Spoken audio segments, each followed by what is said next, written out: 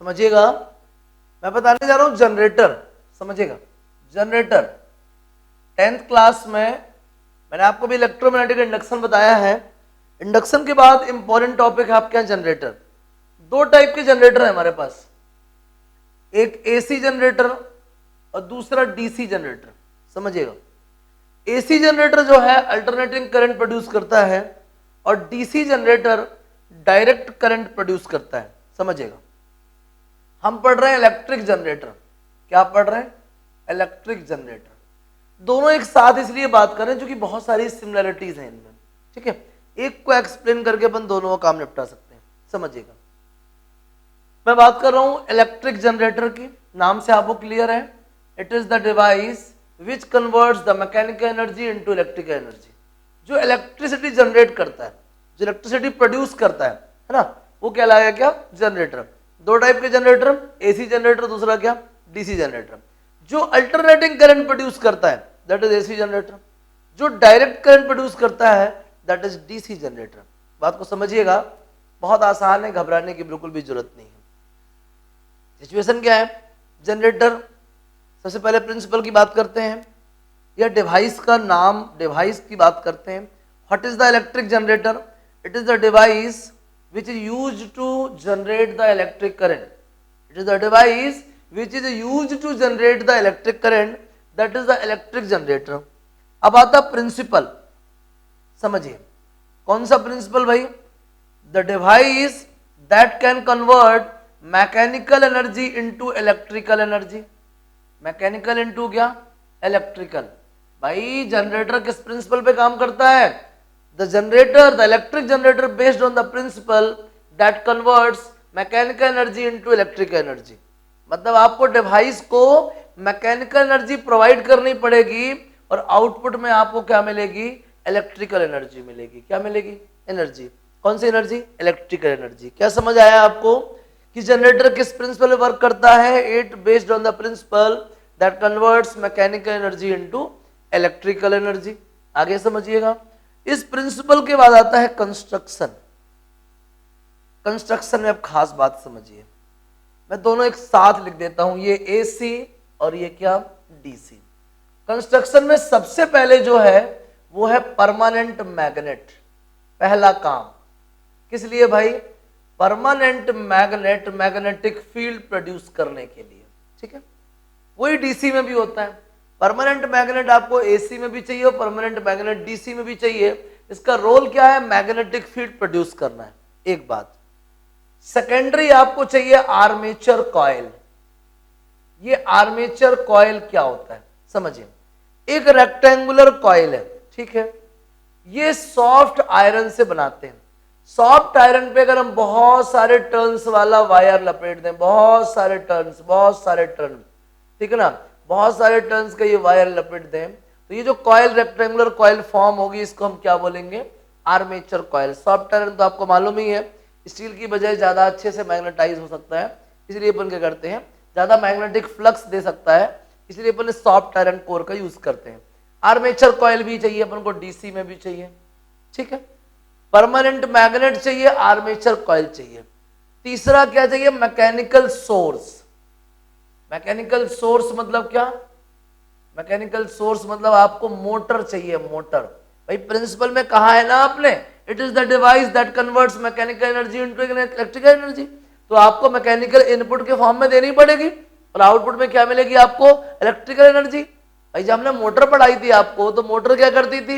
Electrical to mechanical. तो आप electrical का इनपुट देते थे ना और मैकेनिकल का आउटपुट देखते थे, तो यहाँ पे क्या होगा? आपको मैकेनिकल का इनपुट देना पड़ेगा, इलेक्ट्रिकल का आउटपुट आपको मिलेगा। तो क्या चाहिए आपको? परमानेंट मैग्नेट चाहिए, आर्मेचर कॉइल चाहिए और साथ में क्या चाहिए? मैकेनिकल सोर्स चाहिए, ठीक है। एक एक्सटर्नल सर्किट चाहिए, एक्सटर्नल सर्किट, ठीक है ना, मतलब बल्ब वगैरह लगा होगा, बल्ब, गैल्वेनोमीटर। एक्सटर्नल सर्किट में सब आ गया, लोड भी आ गया, गैल्वेनोमीटर भी आ गया, स्विच भी आ गया। लोड मतलब बल्ब लगा दिया, फैन लगा दिया, कुछ भी, गैल्वेनोमीटर लगा दिया डिटेक्ट करने के लिए, डायरेक्शन भी पता करने के लिए, और तीसरा ये क्या? स्विच हो गया, जो भी, ठीक है। वो चीज आपको इधर भी चाहिए, वो चीज इधर भी चाहिए। अब एक इंपॉर्टेंट चीज जिसकी वजह से मात्र एसी डीसी में डिफरेंस है, एसी में होती हैं स्लिप रिंग्स,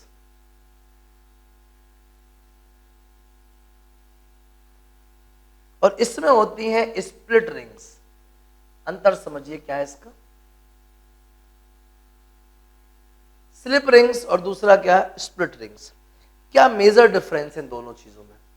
स्लिप रिंग का कहानी यह है कि जैसे ही वो कॉइल घूमेगी, जैसे ही कॉइल घूमेगी तो हर बार जो कॉइल है ना, जो वायर है, हर बार वायर अपना ब्रश चेंज कर देगी। हर बार अगर वो ब्रश चेंज कर देगी तो एक ही एंड पे दो अलग अलग पोल्स देखने को मिलेंगे। स्लिप रिंग जो है, स्लिप रिंग में जैसे जैसे वायर में रोटेशन होगा, हर हाफ साइकिल के बाद जो वायर है वो ब्रशेस को चेंज कर देगी, है ना। तो उससे क्या होगा, ब्रशेस को चेंज कर दिया है, समझ लेंगे पोल्स चेंज हो जाएंगे। क्या चेंज हो जाएंगे?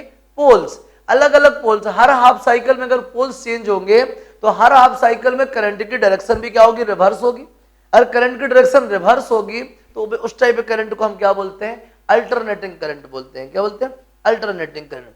वहीं अगर आपने स्प्लिट रिंग लगा रखी है, स्प्लिट रिंग दो टुकड़े होंगे, हेमिस्फेरिकल टुकड़े होंगे। स्प्लिट रिंग आपने मोटर में भी देख रखी है। तो स्प्लिट रिंग क्या करेगी, स्प्लिट रिंग की ये खास बात है कि जो मूविंग अप वाला कॉइल है, ये जो मूविंग अप वाला आर्म है, वो परमानेंटली एक ही ब्रश से अटैच रहेगा। जो मूविंग अप वाला वायर है वो हमेशा एक ही ब्रश से अटैच रहेगा, इस बात को बहुत ध्यान दीजिएगा। और जो मूविंग डाउन वाला है वो परमानेंटली एक ही ब्रश से अटैच रहेगा। इससे मूविंग अप में जो करंट होता है, जो पोलैरिटी होती है, वो परमानेंटली एक ही ब्रश में देखने को मिलेगी, और मूविंग डाउन में जो पोलैरिटी होती है वो परमानेंट एक ही ब्रश में देखने को मिलेगी। इससे क्या होगा, जब पोल्स फिक्स रहेंगे तो करंट का फ्लो भी क्या रहेगा, फिक्स रहेगा। और करंट का फ्लो अगर सेम डायरेक्शन में है तो ऐसे करंट को हम क्या बोलते हैं, डायरेक्ट करंट। तो कंस्ट्रक्शन में आपको कौन सी चीजें याद रखनी है, परमानेंट मैग्नेट तो होना ही चाहिए, आर्मेचर कॉइल होनी चाहिए, मैकेनिकल मोटर सोर्स मतलब मोटर होनी चाहिए, इलेक्ट्रिकल सर्किट होना चाहिए, और स्लिप रिंग्स होना चाहिए। समझ में आ गया? इन स्लिप रिंग से कंडक्टिंग ब्रशेस जुड़े होते हैं, ठीक है ना। वो कार्बन रॉड भी होती है ना, ब्रशेस, वो कार्बन रॉड भी होती है, ये ब्रशेस अटैच रहते हैं, समझिएगा बात को, ठीक है। कार्बन रॉड भी होती है वो, तो इस तरीके से ये ब्रशेस भी अटैच होते हैं। वो मैं कंस्ट्रक्शन अभी डायग्राम बनाऊंगा तो आपको क्लियर हो जाएगा। तो समझ आ गया। सबसे पहली चीज, what is generator? It is the device that can convert the electrical energy into mechanical energy, या फिर the device which is used to convert या गेन और क्रिएट द इलेक्ट्रिक करंट, ठीक है। इसका प्रिंसिपल क्या है? It is based on the principle that converts mechanical energy into electrical energy. Third आता है क्या, इसका कंस्ट्रक्शन। फोर्थ आता है वर्किंग। फोर्थ क्या आता है? वर्किंग। तो वर्किंग यार, अब जब मैं इंडिविजुअल एक एक जनरेटर को डिस्कस कर रहा हूं तो फिर वो वर्किंग भी सेपरेट सेपरेट बताऊंगा आपको मैं। हालांकि मेनली ये इंडक्शन, इलेक्ट्रोमैग्नेटिक इंडक्शन पे बेस्ड है। और इसके बाद वर्किंग के बाद इसमें आता है जो मेन रूल है, वो कौन काम आता है? Right hand rule. कौन सा रूल? राइट हैंड रूल, फ्लेमिंग का राइट हैंड रूल, ठीक है ना। ये मेन रोल पूरा प्ले करता है। और आखिरी में यूज आते हैं, तो यूज बहुत सारी चीजें हैं अपन, जैसे कि जहां पे पावर सप्लाई नहीं होती है उधर पे अपन जनरेटर रख लेते हैं, ठीक है ना। ट्रैक्टर वगैरह है, मशीनरी वगैरह है, वहां पर फ्यूल से क्या है, जनरेटर को रन कराते हैं और हमें पावर सप्लाई मिल जाती है। तो कुल मिला के ये बहुत सारे यूजेस हैं। तो आपको समझ आ गया जनरेटर नाम की चीज क्या है? बताएं इसको। What is generator? It is the device that is used to gain the electric current और क्रिएट द इलेक्ट्रिक करंट, ठीक है ना। किस प्रिंसिपल पे काम करती है?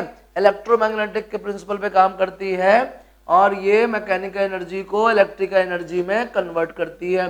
कितने टाइप के होते हैं? दो टाइप के होते हैं, एसी भी और क्या, डीसी भी। एसी जनरेटर क्या करता है? अल्टरनेटिंग करंट प्रोड्यूस करता है। डीसी जनरेटर क्या करता है? डायरेक्ट करंट प्रोड्यूस करता है। दोनों में क्या मेजर डिफरेंस होता है?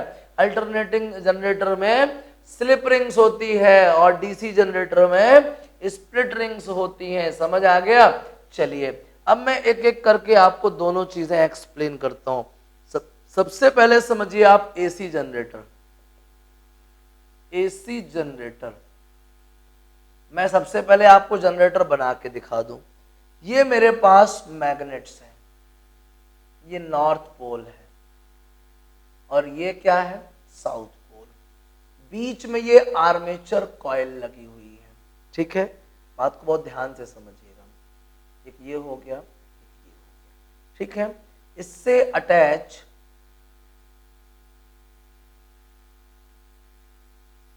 ये ब्रश लगा हुआ कोई B1 ब्रश है और R1 रिंग है, ठीक है।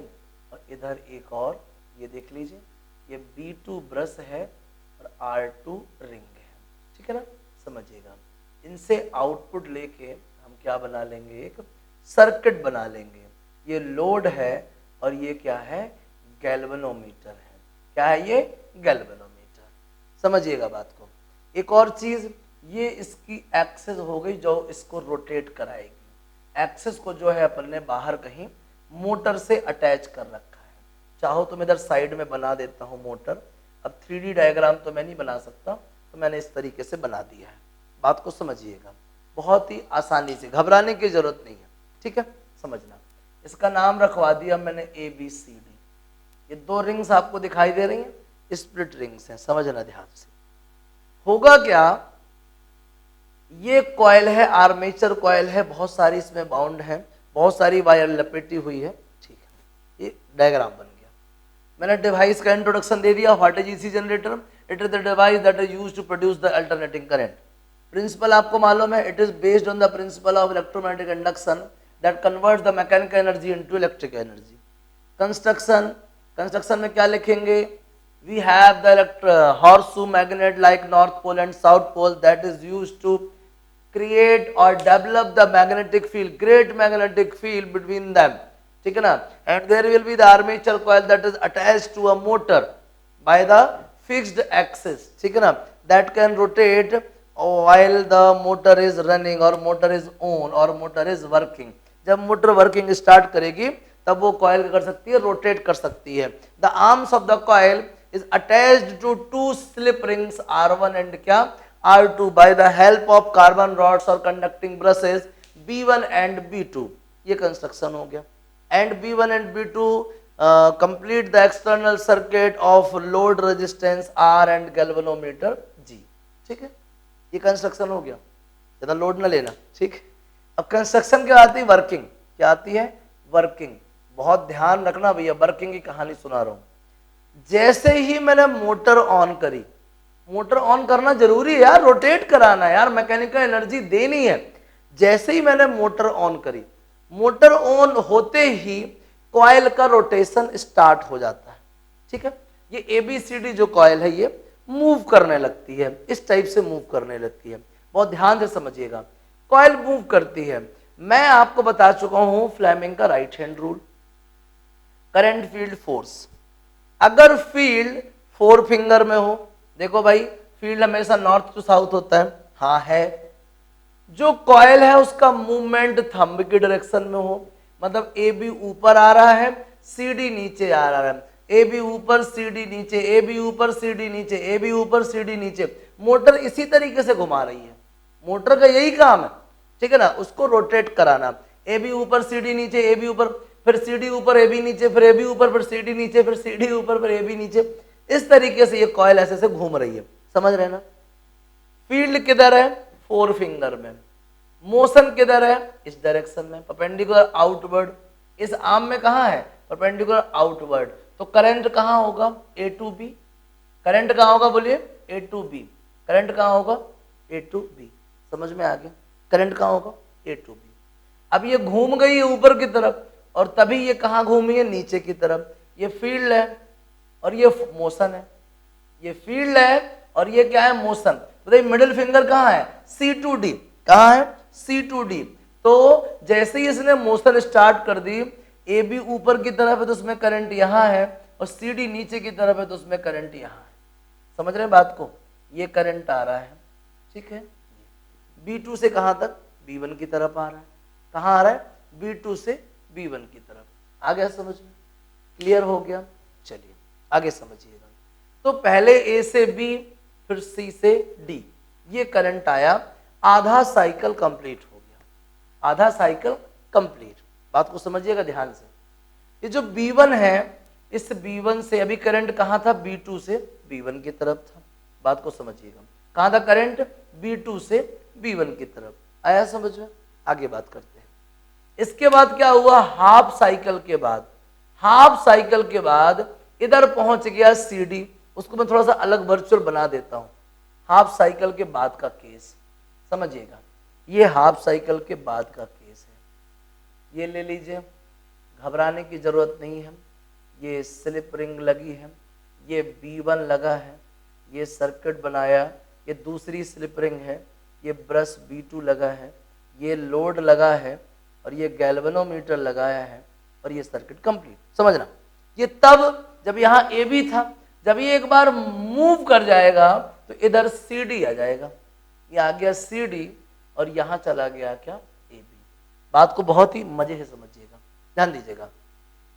अब भाई मूव तो ऐसे ही करेगा, भाई बार बार मोशन तो चेंज नहीं कर सकते ना आप। वो ऐसे मूव किया तो AB इधर पहुंच गया, CD इधर आ गया। अब इसको मूव करना है, समझिए, ये नॉर्थ पोल और ये साउथ पोल। जैसे ये ऊपर की तरफ आएगा, field, current field force, field यही है और मोशन कहाँ है, बाहर की तरफ। भाई CD की मोशन कहाँ है, बाहर की तरफ, तो CD में करंट कहाँ होगा, D2C।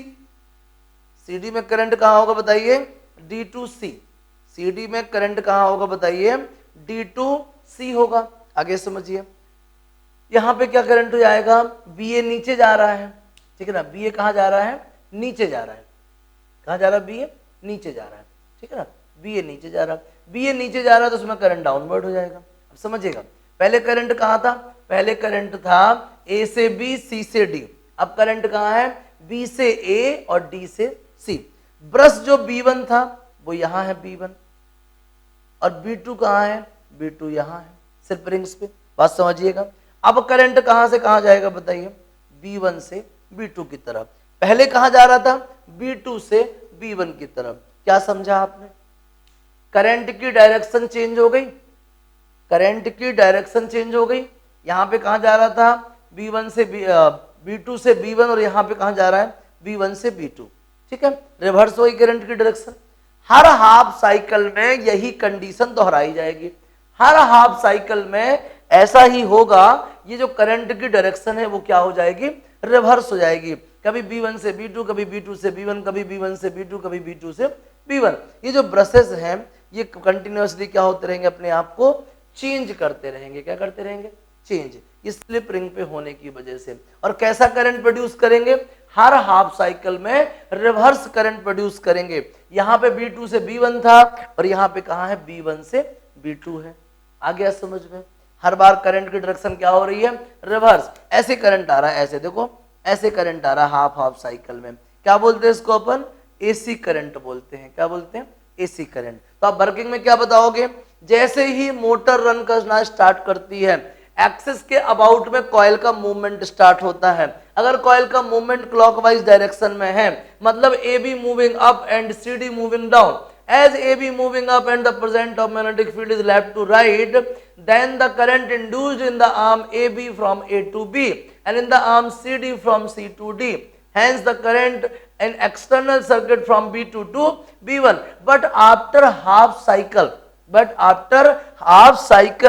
the coil rotates and the arm CD placed at the arm AB and arm AB is placed at the place of the arm CD, ठीक है ना, where whenever the movement of the CD is moving up and present magnetic field left to right, then obviously by the Fleming right hand rule the current in the CD from D to C and in क्या, B to A, hence the current in external circuit from B1 to B2। अरे half cycle में current की direction तो reverse हो गई, मतलब ऐसा हर half cycle में होगा। हाँ, अगर ऐसा हर हाफ साइकिल में होगा, हर हाफ साइकिल के बाद अगर करंट अपनी डायरेक्शन चेंज करेगा तो इसका मतलब है कि जो प्रोड्यूस्ड करंट है उसका नाम क्या है, अल्टरनेटिंग करंट।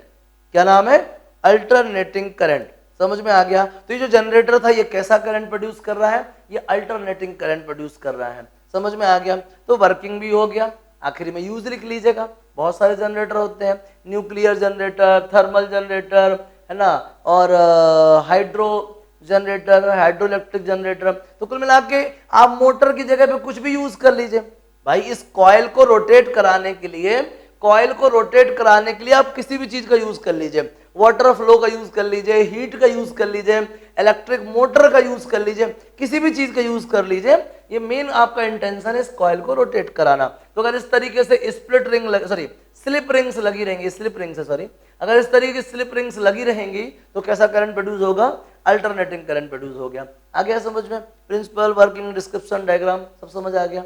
नोट कर लीजिए, डायग्राम बना लीजिए, दोनों सिचुएशन का डायग्राम मैंने आपके सामने बना दिया है, जल्दी नोट करिए, फिर मैं आपको डीसी जनरेटर बताता हूं। छापिए प्लीज।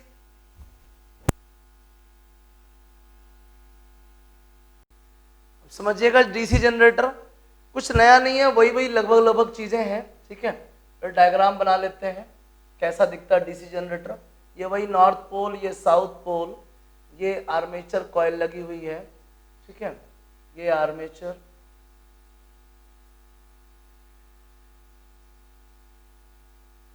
ये इस पे अटैच है ब्रश B1 और ये इससे अटैच है ब्रश B2।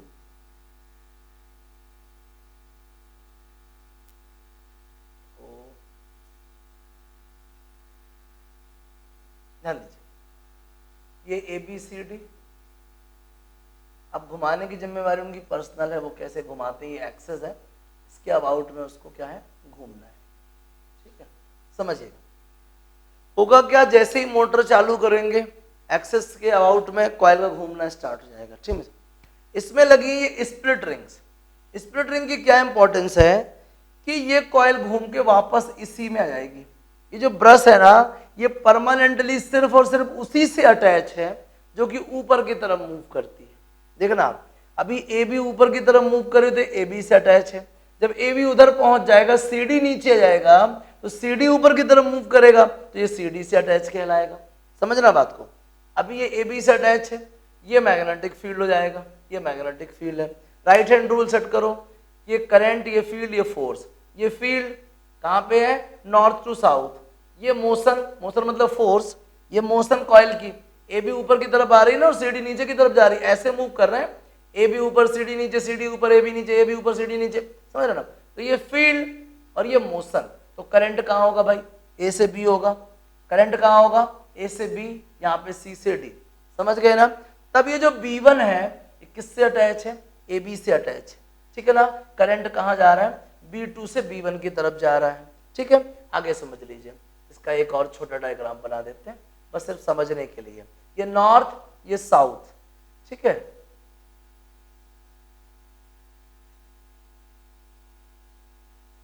ये ब्रश जुड़ा है B1 और ये ब्रश जुड़ा है B2, ठीक है। ये आ गया आपका, ये गैल्वेनोमीटर, समझिएगा। अब ये AB घूम चुका है, AB ऐसे घूम गया, अब ये पहुंच गया इधर पे AB और इधर पे क्या पहुंच गया, CD पहुंच गया, ठीक है ना। बात को समझिएगा, ये AB पहुंच गया CD।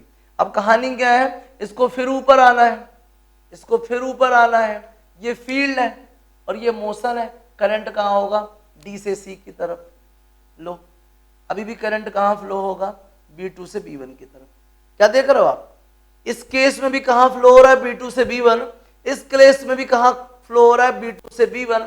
मतलब कि स्प्लिट रिंग का यही इंपॉर्टेंस है कि जो ब्रश B1 है ये हमेशा उस सिस्टम से अटैच है, उस आर्म से अटैच है जो हमेशा ऊपर जाती है। देखिए, मोटर ऐसे घूम रही है, ऐसे घूम रही है, देखो अभी ये वाली आर्म ऊपर आई, अब ये वाली आर्म ऊपर आएगी, भाई वो तो एक पर्टिकुलर डायरेक्शन में घूमेगी ना, एक पर्टिकुलर डायरेक्शन में।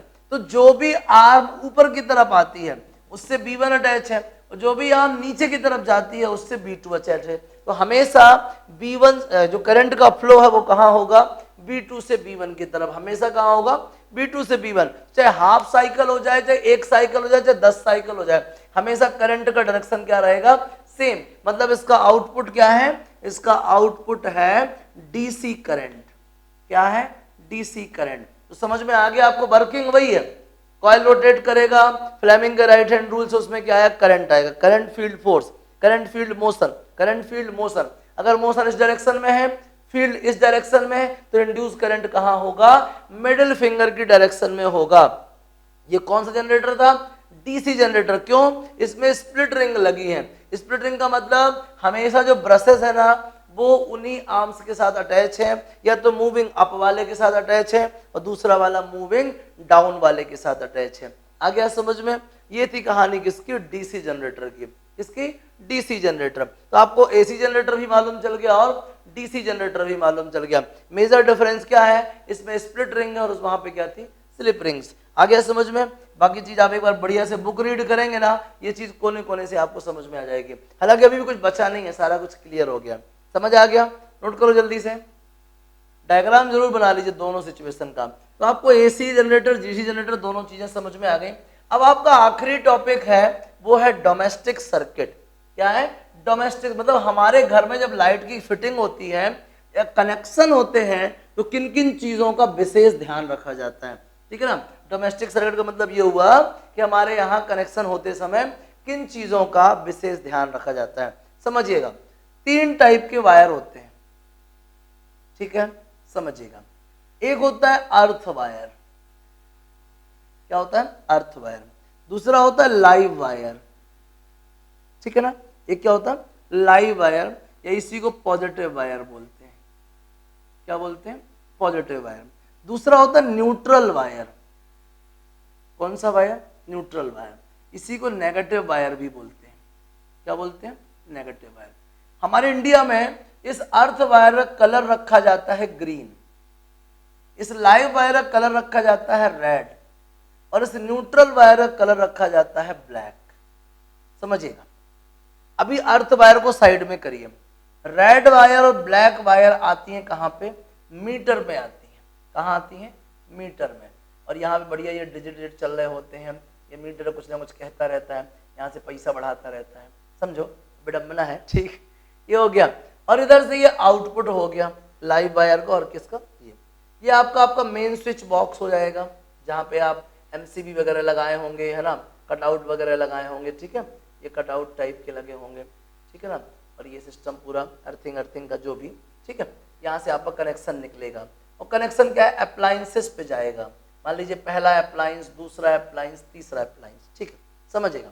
मेन लाइव वायर जो रेड कलर की रहती है, न्यूट्रल वायर जो ब्लैक कलर की रहती है। न्यूट्रल और लाइव ही मेन रोल है। ये पॉजिटिव टर्मिनल और ये क्या? नेगेटिव, सॉरी गलत लिखे, नेगेटिव टर्मिनल। ठीक है ना? ये एक एंड पे पॉजिटिव टर्मिनल हो गया और ये दूसरे एंड पे क्या? नेगेटिव। जब पॉजिटिव और नेगेटिव प्रेजेंट होंगे तो वहां पोटेंशियल डिफरेंस डेवलप होगा। पोटेंशियल डिफरेंस डेवलप होगा मतलब सर्किट के थ्रू क्या होगा? करंट का फ्लो होगा। हमारे इंडिया में कितना पोटेंशियल डिफरेंस डेवलप होता है? ये पॉजिटिव और ये क्या? नेगेटिव। कितना डेवलप होता है मालूम आपको? 230 वोल्ट। कितना डेवलप? 220, सॉरी 230 नहीं, 220 वोल्ट। कितना डेवलप होता है? 220 वोल्ट। फिर बोले सर ये ग्रीन वायर का क्या काम है? ये अर्थ वायर है, इसका कनेक्शन सीधे अप्लायंसेस से होता है। क्या काम होता है? आपने सुना होगा चार्ज लीकेज, करंट लीकेज, सुना है कभी? अभी आप हालांकि छोटी क्लास में, बहुत घबराओ मत। एक करंट लीकेज, जैसे कि अचानक से कई बार जब अपन प्रेस करते हैं ना, इस्त्री करते हैं आयरन, उसमें कई बार अचानक से करंट आ जाता है। जैसे मान लीजिए फ्रिज है, और फ्रिज में तो अब बहुत हद तक क्या है कि फाइबर की बॉडी आ गई है, लेकिन जैसे मैक्सिमम पहले आयरन बॉडी आती थी, तो जिस एरिया से पॉलिश निकल जाती थी उस बिना पॉलिश वाले एरिया को टच करने पे हमको इलेक्ट्रिक शॉक लगता था, वो मेटल बॉडी की वजह से। तो कुछ जो करंट है उस मेटल बॉडी पे आ जाता था। ठीक है ना? टोस्टर वगैरह, टोस्टर में भी करंट लगने के चांसेस बहुत रहते हैं। तो जो भी मेटल बॉडीज हुआ करती थी वहां पे करंट लॉस होके सरफेस पे आ जाता था, करंट लीक होके सरफेस पे। तो कई बार यूज करने वाले को इलेक्ट्रिक शॉक लगता रहता था, डर भी रहता था। आपने पहले देखा होगा जब भी कंप्यूटर वगैरह लगवाओ अपने घर पे डेस्कटॉप, तो जो लगाने आता था वो हमेशा पूछता था क्यों अर्थिंग वायर है क्या? क्योंकि कंप्यूटर वगैरह में बहुत चांसेस होते हैं करंट लीकेज के, और ऊपर से सीपीयू का बॉडी भी मेटेलिक रहता है, तो वो लीकेज जो है हमको कभी कभी बार शॉक लगा देता था, है ना? अब वो शॉक इतना हैवी नहीं रहता था कि आप कुछ दुर्घटना हो जाए, लेकिन हाँ उस शॉक के चक्कर में हम इधर उधर हाथ मार के दुर्घटना कर ही लेते थे, है ना? तो समझो बात को। तो ये जो ग्रीन वायर है, अर्थ वायर है, ये करती क्या है? जो भी आपके अप्लायंसेस में एक्स्ट्रा करंट का लीकेज था, उस करंट लीकेज को कहां पहुंचाता है? अर्थ में पहुंचाता है। अर्थ में पहुंचाने का मतलब है उसका जो पोटेंशियल है अर्थ के बराबर पोटेंशियल कर देता है, जिससे क्या होता है कि हमको क्या है? शॉक जो है नहीं लगता है, क्योंकि करंट क्या है वहां के थ्रू फ्लो नहीं होता, मतलब लीकेज नहीं होता। कुल मिला के ऐसा है, या लीकेज होता भी है तो वो कहां चला जाता है? अर्थ में चला जाता है। ठीक है ना? कहां चला जाता है? अर्थ में। तो ये अर्थ वायर है जिसका सीधे अटैचमेंट किससे है? अप्लायंसेस से अटैच है। किससे अटैचमेंट है? अप्लायंसेस से, जो करंट लीकेज को रिड्यूस करते हैं या न्यूट्रल करते हैं या कैंसिल करते हैं। ठीक है, बाकी मेन रोल किसका? लाइव वायर और किसका? न्यूट्रल वायर का। तो ये सब चीजें सेफ्टी पर्पज से ही अपन दिमाग में रखते हैं।